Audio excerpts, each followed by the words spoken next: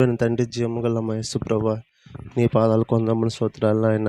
ప్రభువా నాయన, ఉదయకాల సమయం నుంచి నా ప్రభువా నువ్వు మమ్మల్ని కాపాడి నాయన, ఈ సమయంలో నాయన నీ బిడ్డలతో నాయన చక్కని పాటలు ఇచ్చినందుకు నీ కొందనములు నాయన.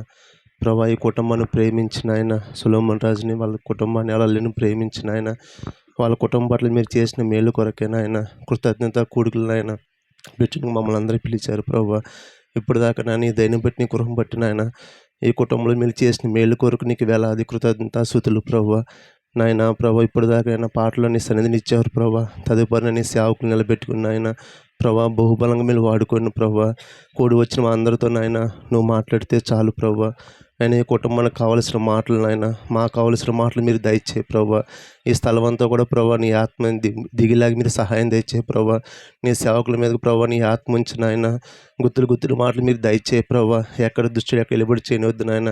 ఈ స్థలం మీద నాయన నీ పరిశుద్ధాత్మ కుమరింపచేయను. ప్రభా, నీదిగానే ఆత్మ ఏది ఉంటా వీల్లేదు. ప్రభా, ప్రతి చీకటి నీ నామలో బంధిస్తున్నాం. ప్రభా దేవా, తదుపరి జరగవలసిన కార్యక్రమంలో కూడా మీరే సహాయం చేయమని ఈ ప్రార్థన చేర్చుకోమని ఏస్తున్నాడు వేడుకుంటున్నాం మా పరమ తండ్రి. ఆమె జాన్ యేసు అన్నయ్య గారికి అలానే నాన్నగారికి క్రీస్తువారి పేరట శుభాభివందనం తెలియజేస్తున్నాను. చిన్న ప్రార్థనతో వాక్య పరిచయంలోనికి వెళ్దాము. అందరూ ఏకీభవించండి. మమ్మల్ని అందరినీ మిక్కిలిగా ప్రేమించిన మా కన్న తండ్రి, మమ్మల్ని అందరినీ సజీవ లెక్కలో నిలవబెట్టుకుని సజీవమైన రెక్కల క్రింద కాచి కాపాడి భద్రపరిచి ఈ వేసవిలో చల్లగా మమ్మల్ని కాపాడుతూ ఈ గృహమందునైనా మీ మాటలు నేర్చుకోవటానికి చక్కని సమయాన్ని మాకు అందించిన విధానం బట్టి క్రీస్తువారి పేరట స్తుతులు, స్తోత్రములు, కృతజ్ఞతాస్తుతులు తెలియజేస్తున్నాం తండ్రి. మీ మాటలను మేమందరము శ్రద్ధగా విని వాటిని ఆలకించగలుగుటకు సహాయం దయచేయండి.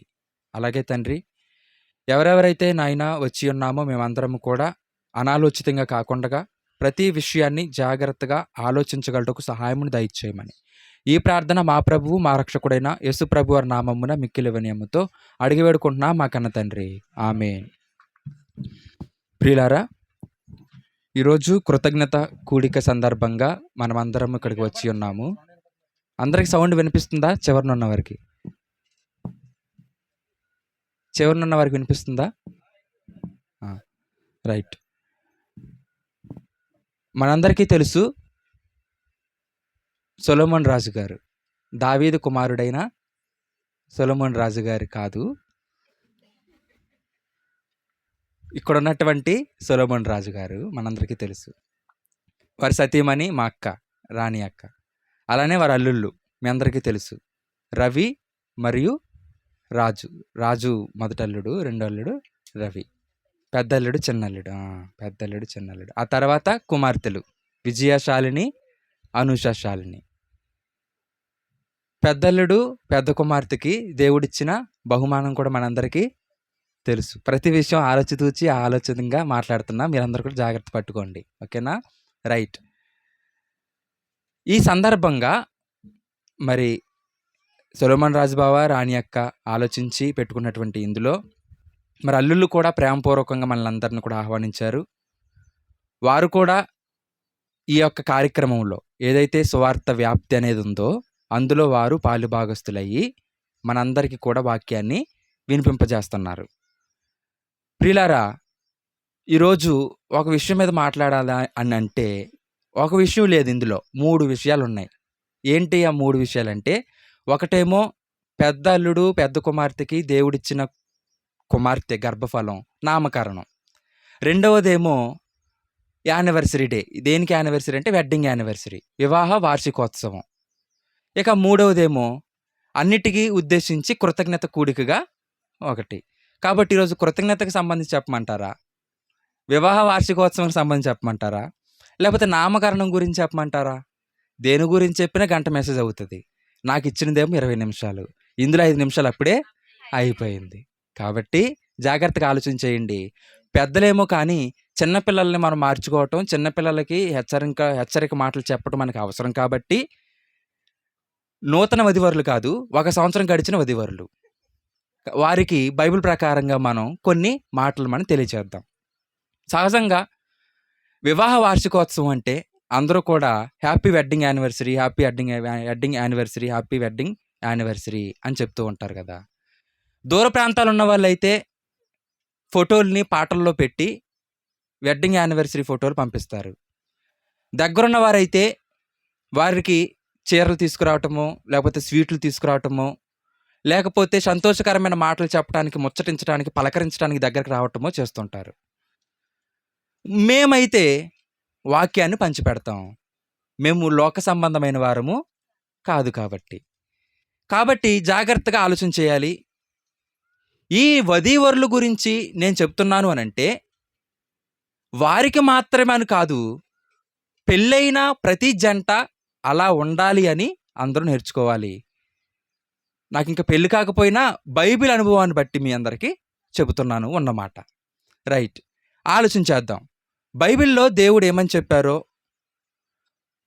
పెళ్ళైన వారి గురించి దేవుడు ఏమని హెచ్చరించి తెలియజేశాడో ఆ మాటలు మనం చూడగలిగితే,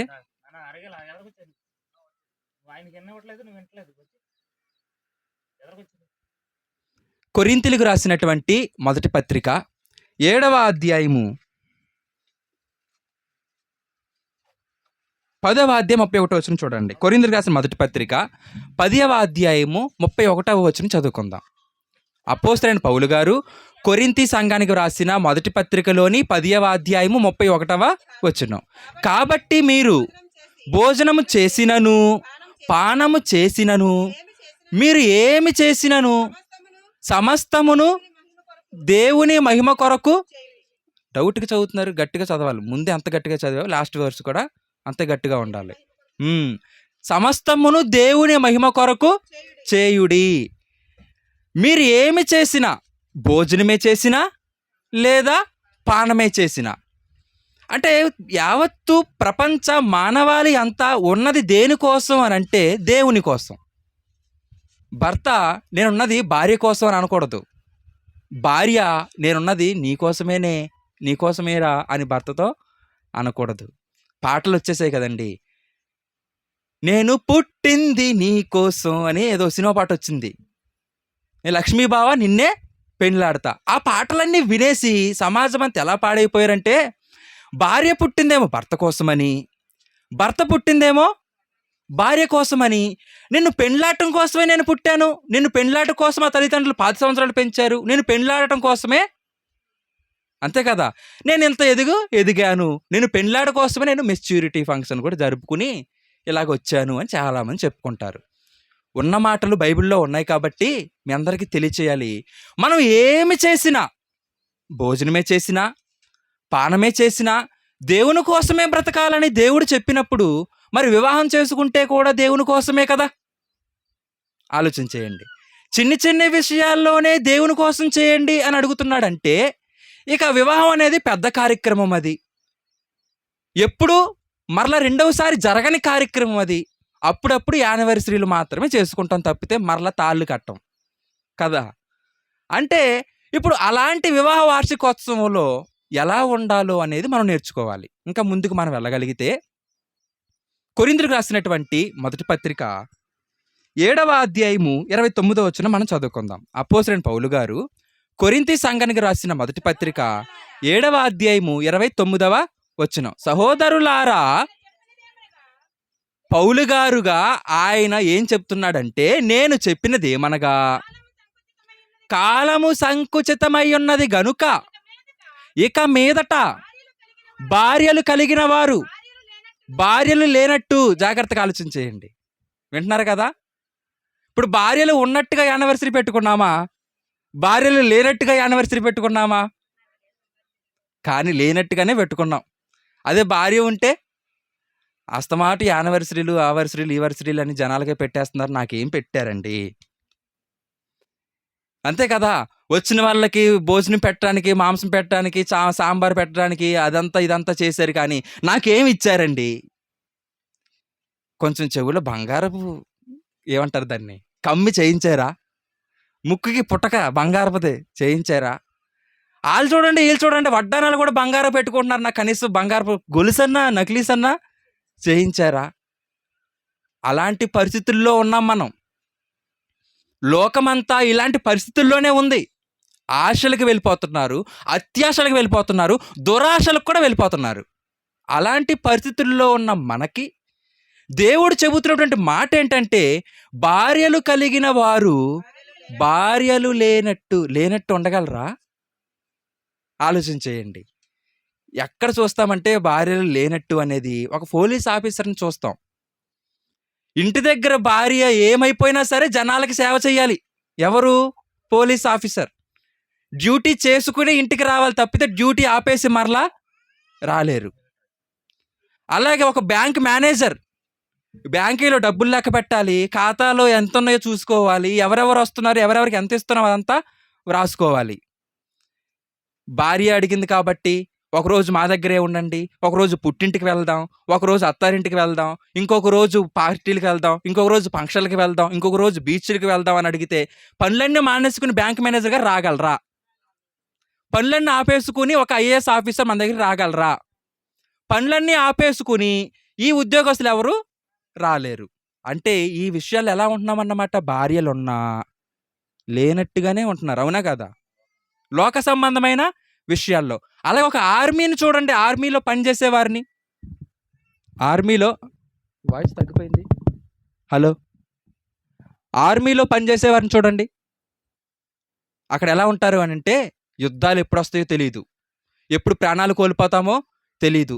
ఎప్పుడు అటు నేపాల్ దేశంలో నుంచో లేకపోతే ఇటు చైనా, పాకిస్తాన్ దేశంలో నుంచో ఎవరు శత్రువులు వస్తారో మనకి తెలీదు. మరి అటువంటి వాళ్ళ మధ్య ఆ బౌండరీస్‌లో అక్కడ వాళ్ళు ఎలాంటి కాపలా కాస్తున్నారంటే యావత్తు భారతదేశం 121 కోట్ల మంది జనాభా ఎంత? 121 కోట్ల మంది జనం కోసం నేనొక్కడినే బాక్స్ ఛార్జింగ్ అయిపోయిందనుకుంటా. ఎంత గట్టిగా అరిసినా రావట్లే నాకు.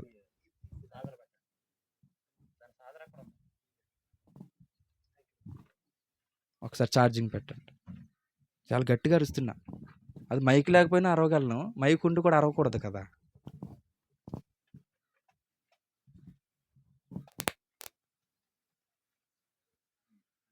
హలో! Mic check.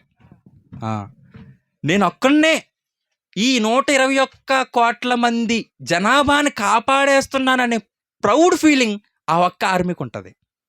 కాబట్టి భార్యలున్నా, లేకపోతే పిల్లలున్నా, తల్లిదండ్రులున్నా, ఎవరున్నా సరే లేనట్టుగా వారు బ్రతుకుతున్న జీవితాల్ని మనం నిత్యం చూస్తుంటాం. వార్తల్లో గానీ, టీవీల్లో గానీ, సినిమాల్లో గానీ. ఇలా బ్రతుకుతున్నటువంటి లోకంలో ఉన్నవారే అంత ఇదిగా ఉంటున్నప్పుడు దేవుని కోసం ఉన్నటువంటి మనం ఎలా నడుచుకోవాలి అని అంటున్నారు అనంటే, ఎలా ఉండాలి మనము అని అంటున్నాడంటే, భార్యలు ఉన్నా లేనట్టుగా ఉండాలి. లేనట్టుగా అంటే దేవుని కోసం ముందుకు తీసుకుని వెళ్ళాలి. ఎలా వెళ్ళాలి? అసలు ఎవరైనా దంపతులు మనకు మాదిరిగా ఉన్నారా అని ఒకసారి మనం ఆలోచన చేయగలిగితే, బైబిల్‌లో ఒక కుటుంబాన్ని, ఒక ఇద్దరు దంపతుల్ని మీకు పరిచయం చేయాలనుకుంటున్నాను. అది చాలా చోట్ల నేను చెప్పాను. ఇక్కడ కూడా చెప్పాలి నేను అనుకుంటున్నాను. అది ఏంటి అనంటే, ఎందుకు బైబిల్‌లో ఉన్న దంపతులను చూపించాలంటే, మనలో ఉన్న దంపతులు కూడా చూపించొచ్చు. ఇప్పుడు కేడీఫుల్ సంఘంలో చక్కగా తోడుగా అయ్యగారికి సహకారం అందిస్తున్న కుటుంబాలు లేవా? ఉన్నాయి. ఇప్పుడు కాత్రా సంఘంలో చక్కగా మంచిగా ఉన్నటువంటి కుటుంబాలు లేవా? ఉన్నాయి. ఇప్పుడు పూణే సంఘంలో చక్కగా మంచిగా ఉన్నటువంటి కుటుంబాలు, దంపతులు లేరా? ఉన్నారు. మరి చూపిస్తే ఏమనుకుంటారంటే ఏదో ఒక చిన్న లోపం ఉంటది కదా! ఆ లోపాన్ని బట్టి మనం 99% నీతి చెప్పినా వినరు. వాడా ఎంత మంచోడైనా కావచ్చు కానీ, ఆ నోట్లో కైని యేసుకొని నములుతున్నాడండి. అదొక్క అలవాటే ఉంది. వాడి గురించి మాకు చెప్పకండి. ఎంత మంచోడైనా కావచ్చు గదని ఒక తాగుబోతండి.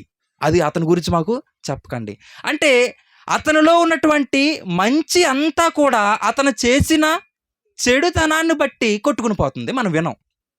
కాబట్టి నేను మనలో ఉన్న వారిని మాదిరిగా చూపిస్తే మీరు వినకపోవచ్చు. వారిలో ఉన్న నెగెటివ్ థాట్స్ మీకు వచ్చేవచ్చు. కాబట్టి బైబిల్‌లో ఉన్న వారిని చూపించాననుకోండి, అబ్బా! ఎంత మంచి దంపతులు చూపించారు అని అనుకుంటారు. ఎందుకంటే వాళ్ళ గురించి ఎటువంటి నెగటివిటీ బైబిల్‌లో ఇంకొక చోట ఎక్కడ వ్రాయించలేదు. వాళ్ళెవరు అనేది మనం చూడగలిగితే అపోస్తలుల కార్యములు 18వ అధ్యాయము 2వ వచనం.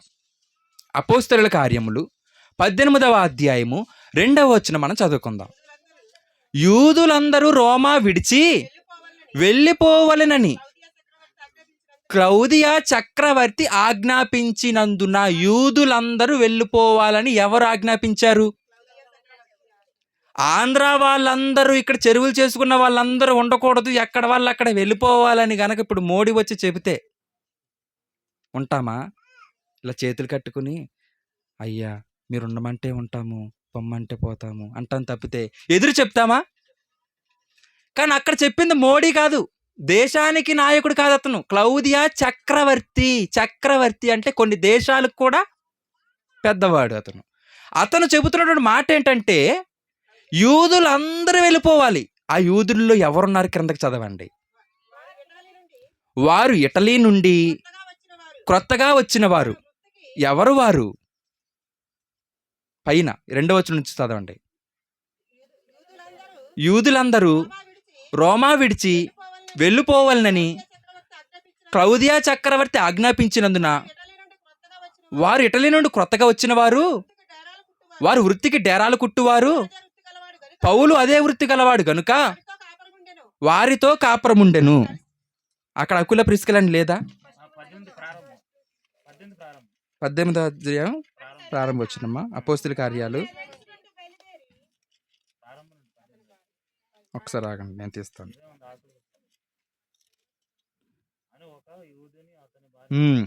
అటు తర్వాత పౌలు ఏథెన్సు నుండి బయలుదేరి కొరింథునకు వచ్చి పొంతు వంశీయుడైన అకుల అను ఒక యూదుని అతని భార్య అయిన ప్రిస్కిల్లాను కనుగొని వారి యొద్దకు వెళ్ళెను. అంటే పౌలు గారు ఒక వధీవరుల దగ్గరకు వెళ్ళాడు, భార్యాభర్తల దగ్గరికి వెళ్ళారు. అకుల అనేదేమో భర్త పేరు, ప్రిస్కిల్లా అనేదేమో భార్య పేరు.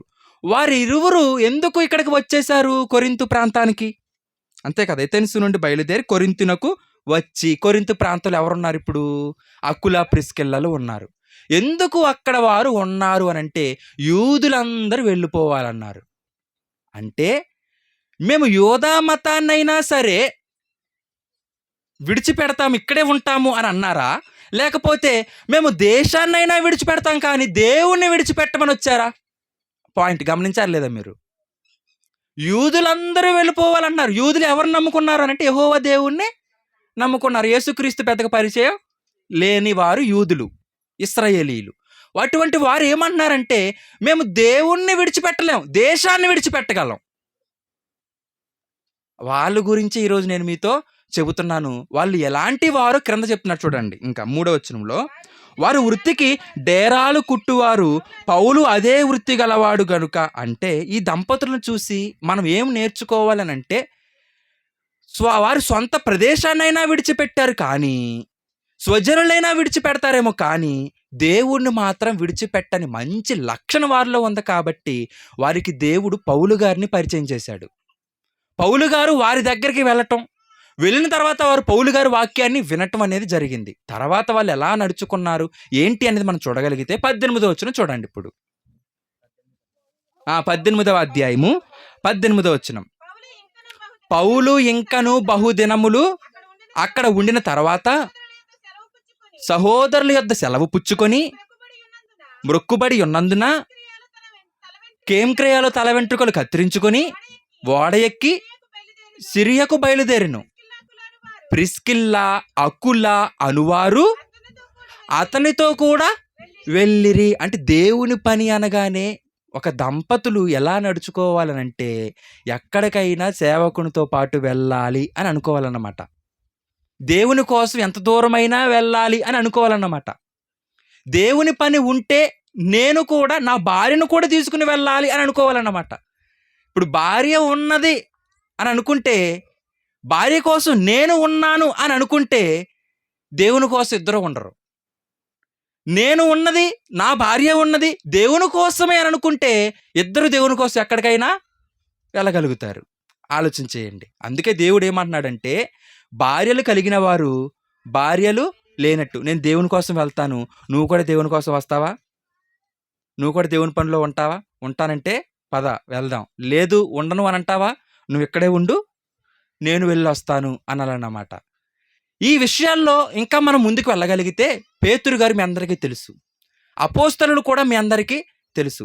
వారు కూడా వారి కాలాలలో ఎలా నడుచుకున్నారో ఒక్కసారి మనం చూడగలిగితే కొరింథీయులకు రాసినటువంటి మొదటి పత్రిక 9వ అధ్యాయము 5వ వచనం చూడండి.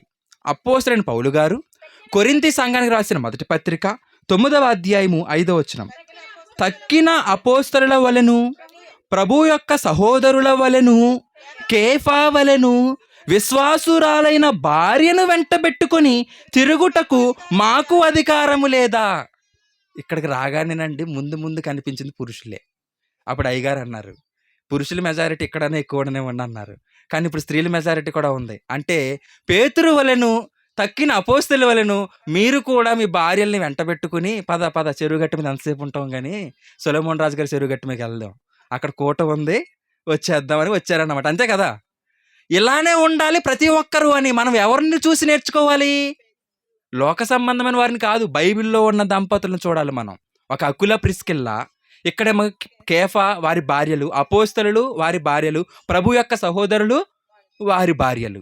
అంటే దేవుని పని ఎక్కడుంటే అక్కడికి మనం వెళ్ళాలి అనే ఆలోచనతో ఉండాలి. దీనిని అందరూ కూడా మనసులో పెట్టుకోవాలి. ఒక అనుష రవి దంపతులు, తర్వాత హరిగల్ రాజన్నయ్య విజయశాలిని దంపతులు, వీరిరువురికి సంబంధించి కూటం ఇది. ఆ తర్వాత రాణి అక్క సొలొమోన్ రాజుబావ వారు దంపతులు. ఇప్పుడు ఈ 3 దంపతులు, 3 కుటుంబాలు ఎలా నడుచుకోవాలి, ఎలా ఉంటే ఆశీర్వాదకరం, ఎలా నడుచుకుంటే దేవునిలో వీళ్ళు ముందుకు వెళ్ళగలరు అని అంటే, దేవుని పని ఎక్కడంటే అక్కడికి ఇరువురు మాట కలుపుకుని వెళ్ళిపోవాలి.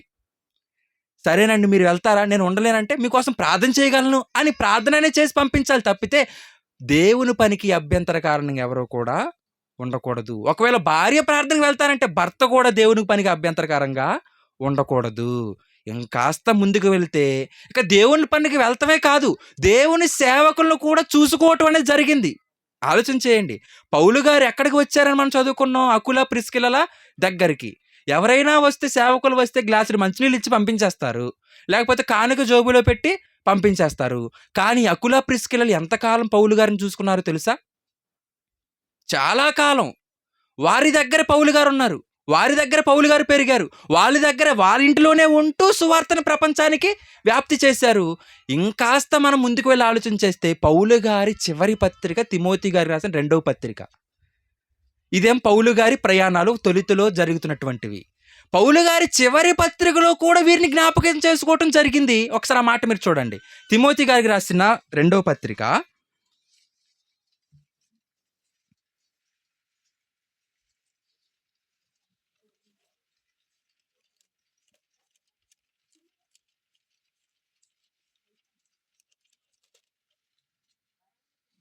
చివరి అధ్యాయం 19వ వచనం. 4వ అధ్యాయము 19వ వచనం. తిమోతి గారికి రాసిన 2వ పత్రిక 4వ అధ్యాయం 19వ వచనం. ప్రిస్కకును అకులకును ఒనేసిఫోరు ఇంటి వారికి నా వందనములు. ఇక్కడ కూడా ఈ ప్రిస్కిల్లా అకుల, ప్రిస్కకు అని ఉంది, అకులకు అని ఉంది. అంటే ఇప్పుడు అకుల గారు ఎవరు అనంటే అక్కడ మనం చదువుకున్నటువంటి భర్త. అంటే ఇప్పుడు వారిని జ్ఞాపకం చేసుకునే మరీ ఇక్కడ ఏమంటున్నారు అనంటే వారికి నా వందనములు. పౌలు గారంతటి వాడు వీళ్ళకి వందనాలు చెప్పాడంటే అర్థం ఏంటి? వీళ్ళు ఏదైనా చేశారా? వీళ్ళు ఎంతకైనా పౌలు గారి కోసం వీరు నడుచుకున్నారా? పౌలు గారి కోసం వీళ్ళు ఏమైనా సరే చేయటానికి తెగించారా అని అంటే ఒక మాట మనం చదువుకుందాం. అపోస్తుల కార్యాలు రోమపత్రిక చదువుకుందాం. చివరి అధ్యాయము 3వ వచనం. అపోస్తులైన పౌలు గారు రోమా సంఘానికి రాసిన పత్రిక, అపోస్తుల కార్యాల తర్వాత ఉంటుందండి. ఒక్కసారి నేను కూడా తీయనండి. 16వ అధ్యాయము ఎన్నో వచనం అన్నాను? 3వ వచనం. క్రీస్తు యేసునందు నా జత పని వారైన ప్రిస్కిల్లకును అకులకును నా వందనములు చెప్పుడి. రోమా సంఘానికి పౌలు గారు రాస్తున్న పత్రికలో వీరికి వ్రాయకపోయినా సంఘానికి వ్రాసి మరీ వీరికి వందనాలు చెబుతున్నాడేంటి అంటే వీళ్ళు ఏదో దగ్గర అన్నమాట. కొన్నిసార్లు మనం కూడానండి ఎవరైనా చుట్టాలు మన ఇంటికి వచ్చి వేరే ఇంటికి వెళ్తున్నప్పుడు మనం కూడా ఏమంటామంటే నేను కూడా వారిని అడిగానని చెప్పండి అని అంటాము. లేకపోతే మన దగ్గర ఉన్నది ఏదైనా సరే వాళ్ళకి ఇవ్వటానికి వాళ్ళ సంచిలో పెట్టి మరీ వాళ్ళకి పంపిస్తాము. ఎందుకు అనంటే వారు మనకి బాగా తెలిసిన వారు కాబట్టి. మరి పౌలు గారు కూడా అకుల ప్రిస్కిల్ల గారికి నా వందనాలు చెప్పండి అనంటే ఏం చేశారు చూడండి. క్రింద ఏం చేశారు? వారు నా ప్రాణము కొరకు తమ ప్రాణములు ఇచ్చుటకైనను తెగించిరి. తర్వాత మరియు వారి ఇంట ఉన్న సంఘమునకును వందనములు చెప్పుడి. అంటే ఇప్పుడు వారు ఇరువురుగా ఉండిపోకుండగా వారి ఇంట సంఘాన్ని కూడా ఏర్పాటు చేసుకునే ఎంతగా వారు డెవలప్ అయ్యారంటే, ఇప్పుడు వారు మనకి మాదిరి కాదా? వాళ్ళని చూసి మనం నడుచుకోకూడదా? కాబట్టి ఇక్కడ ఉన్నాము అనంటే ఒక ఇద్దరుగా, లేకపోతే భార్యాభర్తలు వారికి ఉన్నటువంటి పిల్లలుగా, ఏం పేరు పెట్టారో నాకు తెలీదు. ఇప్పుడు పెట్టబోతారు, మనందరూ కూడా వినబోతాం. మరి ఆ పిల్లగా, ఒక పాపగా, ముగ్గురుగానే ఉండాలా? సంఘంగా కూడా ఎదగాల? ఇప్పుడు అనుష, రవి ఒక ఇద్దరుగానే హైదరాబాద్‌లో వాళ్ళు ఇద్దరుగానే ఉండాలా? లేకపోతే ఇంట సంఘంగా కూడా ఉండాలా? తర్వాత రాణి అక్క, సొలొమోన్ రాజు బావ ఇద్దరుగానే ఉండాలా? లేకపోతే సంఘముగా కూడా ఉండాలా అనంటే, ఎప్పుడూ కూడా ఇద్దరుగానే ఆగిపోకూడదు. ఇంకా ఎంతో మందిని మనం మార్చాలి. దేవుని పని కోసం మనం నడిపించాలి. దేవుని కోసం మనం కూడా ప్రోత్సహించాలని ముందు ముందుకి అడుగులు వెయ్యాలి. ఇంకా ఇక్కడ మీరు చూసారో లేదో, అక్కడ అంటున్నాడు, మరలా చదవండి. ముందే దాని పైన,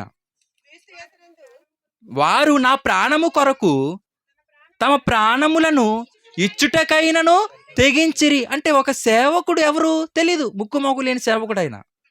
అంతే కదా. పౌలు గారు ఎవరండి అక్విల గారికి దగ్గర అవుతారా?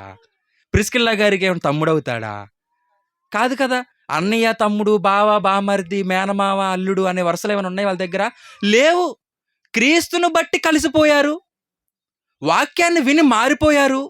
మేము ఇంకా ధర్మశాస్త్రంలోనే కాదు, క్రొత్త నిబంధనలకు రావాలని వాళ్ళు తెలుసుకున్నారు. పౌలు గారి మాటలకు ఆకర్షితులైన వీరు పౌలు గారి కోసం ప్రాణాలైన ఇవ్వటానికి తెగించారంటే, ఈరోజు ఆ దంపతులు మనకి ఎక్కడున్నాయి? అటువంటి కుటుంబాలు మనకి ఎక్కడ కనిపిస్తున్నాయి? సేవకుడు, మీరు ముందుకు వెళ్ళండి, మేము ఉన్నాం వెనకాల, మేము నడిపిస్తాం అని సేవకులు నడిపించేవారు ఎక్కడ మనకి? మీరు దేవుని పనిలోకి ముందుకు వెళ్ళండి, మేము స్పాన్సర్ చేయగలుగుతాం అని నడిపించే వాళ్ళు ఎక్కడ మనకి? ఆత్మల రక్షణ కోసం మీరు పాటు పడుతున్నారు కాబట్టి ఏదైనా అవసరం ఉంటే చెప్పండి, మేము తీరుస్తాం అనేవాళ్ళు ఎక్కడ మనకి? అలాంటి వాళ్ళే ఉంటే ఈరోజు సేవకుల మరణాలు అనేవి జరుగుతాయా? చెప్పండి. సేవకుడిని పట్టించుకోవట్లేదు కాబట్టేనండి ఈరోజు సేవకుల మరణాలు కూడా జరుగుతున్నాయి. ఇప్పుడు ప్రవీణ్ పగడాల గారు ఉన్నారు. మీరు ఒక్కరే వెళ్ళటం ఏంటి, మేము కూడా వస్తామని సంఘంగా ఆయన తీసుకుని వెళ్తే, ఆ సంఘాన్ని కూడా చంపేయగలరా వాళ్ళు మత ఛందస్వాదులు? అంటే సేవకుడు ఎప్పుడు సేవకుడు కానీ సింగిల్గా ఉంటున్నాడు, కానీ సంఘాలు మాత్రం కలిపేస్తున్నాడు, సంఘాలని కట్టుకుంటున్నాడు, సంఘాలు నిలబెడుతున్నాడు. ఇక దేవుడు ఎలాగైతే ప్రజల్ని భూమి మీద పంపించి ఒంటరిగా ఉండిపోయాడో, ఇక సేవకుడు కూడా సంఘాన్ని కలిపేసి సేవకుడు కూడా ఒంటరిగా ఉండటం జరుగుతుంది. కానీ అకుల, ప్రిస్కిల అలా కాదండి. మీ ప్రాణాల కోసం మా ప్రాణాలైనా ఇస్తాం అంటే ఏంటన్నమాట? పౌలు గారి ప్రాణం తీయకండి, అవసరమైతే నన్నే చంపేయండి, ఇదిగో నా భార్య కూడా ఉంది, ఆ ప్రాణాన్ని కూడా తీసేసుకోండి, ఆయన మాత్రం బ్రతకనివ్వండి, మమ్మల్ని చంపినా పర్వాలేదు, ఆయన బ్రతుకుంటే మాత్రం అన్యజనులందరూ మారిపోయే అవకాశం ఉంది. అన్యజనులకు అపోస్తలుడిగా పౌలు గారిని దేవుడు ఎంచుకున్నాడు కాబట్టి ఆయన బ్రతకాలి, ఆయన ఉండాలి, ఆయన ఉంటే సమాజం మారుతుందని పౌలు గారి కోసం వీరిద్దరూ ప్రాణత్యాగం చేశారు, ప్రాణాలు ఇవ్వటానికైనా తెగించారు అనంటే, ఈరోజు అటువంటి వారిగా నేడున్న ప్రతి దంపతులు ఉండాలని, దేవుని కోసం ముందుకు వెళ్ళటానికి, దేవుని కోసం పాటుపడటానికి, దేవుని కోసం ఎంతైనా ఖర్చు చేయడానికి మనం అందరం కూడా ఉండాలని మనస్ఫూర్తిగా కోరుకుంటున్నాను. అలా ఉంటే ఖచ్చితంగా దేవుడు మనల్ని ఆశీర్వదిస్తాడు, మనల్ని దీవిస్తాడు, మనల్ని హై స్థానంలో, అంటే పెద్ద స్థానంలో, హై పొజిషన్లో దేవుడు మనల్ని పెడతాడు. అలాంటి రోజున మనల్ని చూసే అందరూ కూడా పాఠాలు నేర్చుకుంటారు. లోకమంతా పాఠాలు నేర్చుకోవాలంటే మనం బైబిల్లో ఉన్న వారిని చూసైనా పాఠాలు నేర్చుకుంటే మనల్ని చూసి లోకం పాఠాలు నేర్చుకుంటుందని ఈ యొక్క మంచి పాఠాన్ని మీ అందరికి అందించగలిగాను. ఓకేనండి. నా పాఠాన్ని అరిగల రాజు అన్నయ్య వారి సతీమణి విజయశాలిని, ఆ తర్వాత ఈ పాఠాన్ని అనుషశాలిని వాళ్ళ యజమానుడు రవి, ఆ తర్వాత రాణి అక్క వారి యజమానుడు సొలొమోన్ రాజబాబు గారు స్వీకరించాలని మనస్ఫూర్తిగా కోరుకుంటున్నాను. ఇంకా బై ద వే ఒక మాట చెప్పడం మర్చిపోయాను. అదేంటి అనంటే, క్రైస్తవులు ఎందుకు ట్రెండ్ క్రియేట్ చేయకూడదు అనేది. ఏంటి అదనంటే, అందరూ కూడా శారమ్మ భర్తని యజమానుడని పిలిచిందండి అని నేర్చుకుంటున్నాం, కానీ పిలిచిన వాళ్ళు కనపట్లేదండి. నిజం.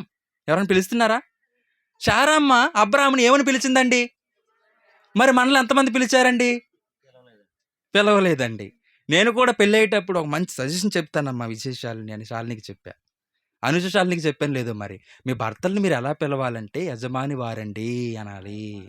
నా యజమాని అనాలి. అలాగే అని పిలుస్తామని అన్నారు. మరి తర్వాత ఎంతవరకు పిలుస్తున్నారేంటో నేను వినలేదు. తర్వాత రాజుగారు అని అప్పుడు పెళ్లి చేసినప్పుడు పిలవటం నేను విన్నాను. అప్పుడు జైపాలయ్య గారు మురిసిపోయి, చూసారా భర్త అంటే ఎంత గౌరవమో రాజుగారు అంటుంది అనుకున్నా. అవును మరి క్రీస్తు సంఘం నత్తగొలపాల్లో పెరిగింది కాబట్టి గౌరవంగా ఉంటది అని అనుకున్నా మనసులో. ఆ తర్వాత ఇప్పుడు మరి ఏమని పిలుస్తుంది? యజమానిని పిలుస్తుందో, రాజుగారిని పిలుస్తుందో తెలీదు. కానీ కంటిన్యూ చేయండి. ట్రెండ్ క్రియేషన్ ఎందుకు చేయలేం? వాడిని చూసి మనం కూడా మన భర్తని యజమానిని పిలుచుకుందాం. ముందు నుంచి అలవాటు అయిపోయింది కాబట్టి ఇప్పుడు అలవాటు చేసుకోవాలంటే ఇప్పుడు అలవాటు చేసుకున్న తర్వాతకి అలవాటు అవుతది కదా! ఇప్పుడు పెళ్ళైపోగానే అంటే పుట్టగానే పెళ్ళైపోలేదు. మధ్యలో వచ్చిన అలవాటు ఏవండి అనే మాట. గమనిస్తున్నారా లేదా? పుట్టగానే పెళ్ళైపోయిందా? అవ్వలేదు.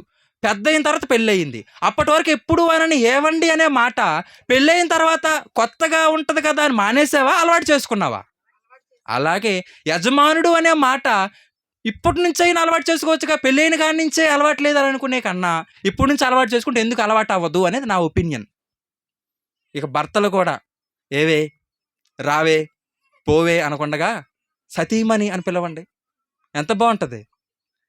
మనం ట్రెండ్ క్రియేట్ చేయము. దేవుడు మనల్ని ఇంకా పై స్థానానికి క్రియేట్ చేయడు. మనం ఎప్పుడైతే దేవుడిని గొప్ప చేస్తామో మనల్ని దేవుడు ఇంకా గొప్ప చేస్తాడు. ఆ గొప్పతనం మనకు రావాలంటే మనం దేవుని గొప్ప చేయాలి కదండీ! బైబిల్‌ని గొప్ప చేయాలి కదండీ! ఈ రోజు నుంచి నేను మా భర్తని యజమాని పిలుస్తారనుకునే వాళ్ళు చేతులు ఎత్తకండి గానీ పిలవండి. ఓకేనా? రైట్. ప్రార్థన చేసుకుందాం. మమ్మల్ని మిక్కిలిగా ప్రేమించిన దయగలిగిన మా కన్న తండ్రి, నాయన మంచి మాటలు మా అందరికీ అందించినందుకు వందనాలు. ఈ కుటుంబాలను బట్టి నాయన 3 దంపతులను బట్టి, 3 దంపతులను బట్టి ఈరోజు మేము నేర్చుకున్నటువంటి పాఠం మేము మర్చిపోకుండగా వాటిని అనుసరించి నడుచుకోవడానికి సహాయం దయచేయమని.